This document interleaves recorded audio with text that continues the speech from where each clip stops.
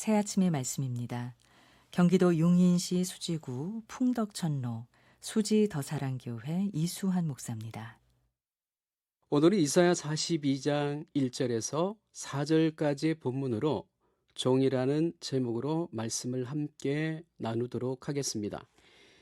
이사야 42장 1절에서 4절까지 읽겠습니다. 내가 붙드는 나의 종, 내 마음에 기뻐하는 자, 곧 내가 택한 사람을 보라. 내가 나의 영을 그에게 주었은즉 그가 이방의 정의를 베풀리라. 그는 외치지 아니하며 목소리를 높이지 아니하며 그 소리를 거리에 들리게 하지 아니하며 상한 갈대를 꺾지 아니하며 꺼져가는 등불을 끄지 아니하고 진실로 정의를 시행할 것이며 그는 쇠하지 아니하며 낙담하지 아니하고 세상의 정의를 세우기에 이르리니 섬들이 그 교훈을 앙망하리라. 영국 노스햄스턴의 작은 마을에 총명하기로 소문난 조지와 윌리엄이라는 두 형제가 있었습니다. 직조공인 아버지는 사랑스러운 두 아들에게 꼭 성공해서 가문을 일으켜야 한다고 입버릇처럼 말했습니다. 아버지는 큰형 조지를 대학에 보내고 윌리엄 당시 유망한 구두 수성공을 하게 했습니다.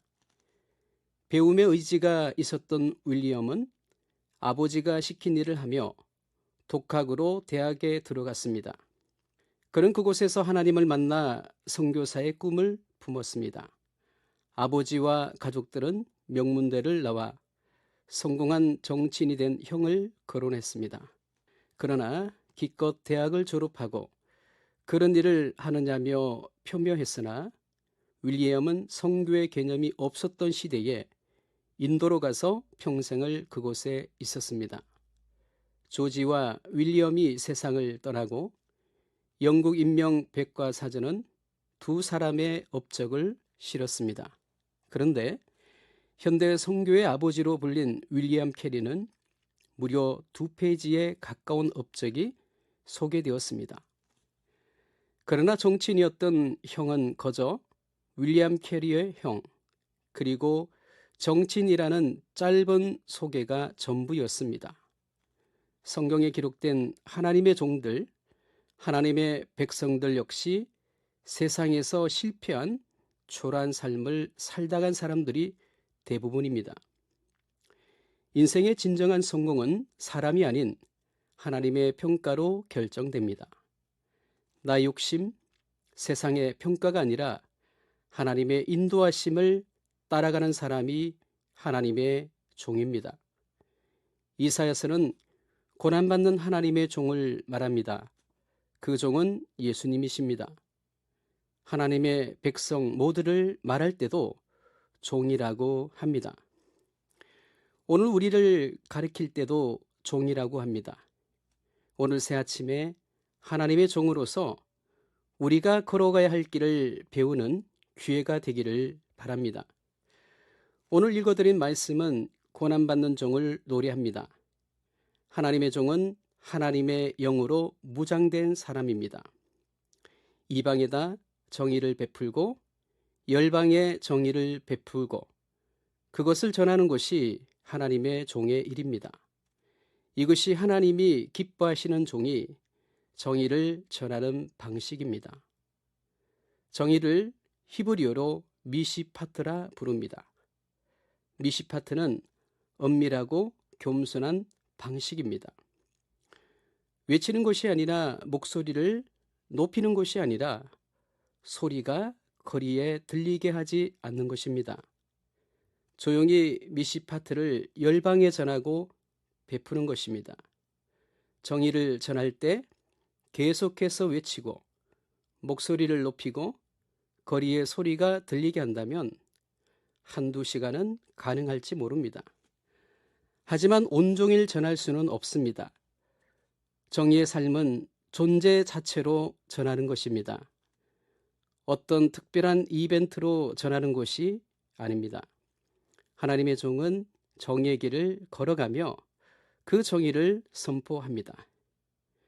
오늘날 우리의 상황에 적용하면 생업으로 하나님의 존재를 드러내는 것입니다.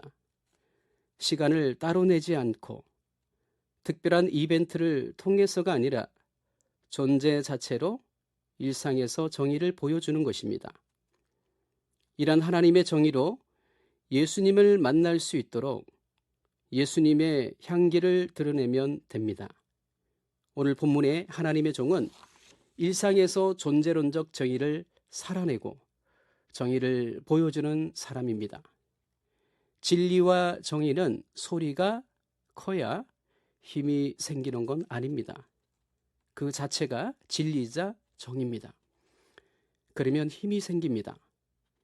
읽어드린 3절을 다시 보면 상한 갈대를 꺾지 아니하며 꺼져가는 등불을 끄지 아니하고 진실로 정의를 시행할 것이며 라고 말씀합니다. 이 말씀은 하나님의 종에게 정말 멋진 표현입니다. 이 본문은 바빌론 포로지에 끌려간 사람들에게 전한 메시지입니다.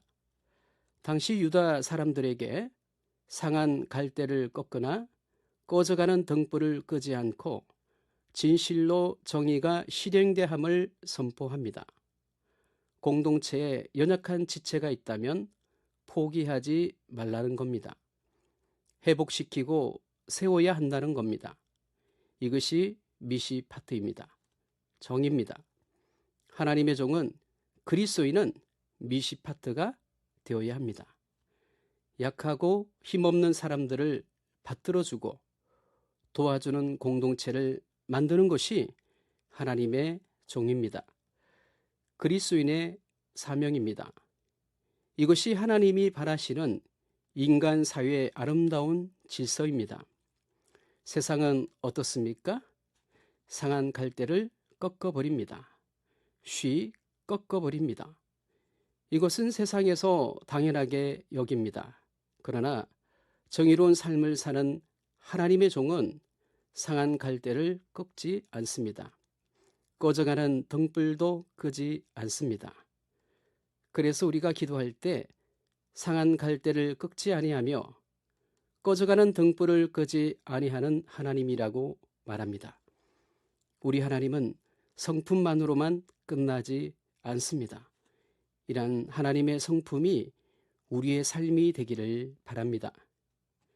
하나님의 성품을 닮으려고 노력했던 한 여성의 예가 있습니다. 이 여성은 하나님께 이렇게 기도했다고 합니다. 주님, 시간이 임박하였습니다. 원수를 물리쳐 주시고 이 땅의 자유와 독립을 주세요. 내일 거살 각 대표들에게 더욱 용기와 힘을 주시고 이로 말미암아 이 민족의 행복한 땅이 되게 하소서. 주여 저와 동행하시고 이 소녀에게 힘과 용기를 주세요. 그렇습니다. 3.1절 만세 운동 전날 당시 17세였던 유관순 열사가 기도했던 내용입니다. 하나님의 성품대로 살려고 노력하는 사람이 하나님의 종입니다. 종을 히브리어로 에베드라 부릅니다. 종, 노예, 일꾼이라는 뜻입니다. 하나님의 종은 말씀의 일꾼입니다. 좋은 말씀을 받아서 그 말씀을 가지고 공고한 자를 위로해 주는 사람이 하나님의 종입니다. 그러니 평생 한번 배운 걸 가지고 평생 우려먹으면 안 됩니다. 이것을 곰탕신앙이라고 합니다. 매일매일 하나님으로부터 말씀을 공급받아야 합니다.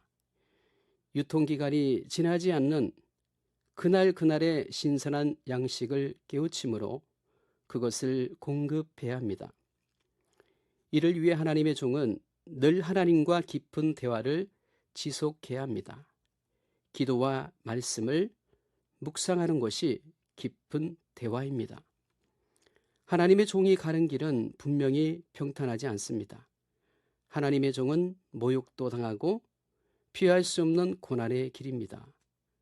고난받는 하나님의 종을 구약성경 이사야 53장에서 말합니다. 그 종은 신약 성경에서 예수님을 이해하는 잣대가 됩니다. 하나님의 종은 인도자의 순종하는 모습을 통해 배웁니다. 모세가 장인 이드로의 조언을 받아들이지 않았다면 어떻게 되었을까요? 광야에서 기력이 소진해서 죽고 말았을 것입니다. 디모데는 바울을 마치 아버지를 대하듯 그를 따랐고 본받았습니다. 후일 그는 에베소 교회 하나님의 종으로 감독이 되었습니다. 이러한 예를 찾아볼 수 있는 중요한 공통점이 종의 관계입니다. 하나님과의 관계와 밀접한 연관성이 하나님의 종에게 있습니다. 애청자 여러분, 하나님의 종으로 불러주신 주님께 우리 모두 점점 더 존귀하게 종으로 쓰임받기를 소망합니다. 새 아침의 말씀, 경기도 용인시 수지구 풍덕천로 수지더사랑교회 이수환 목사였습니다.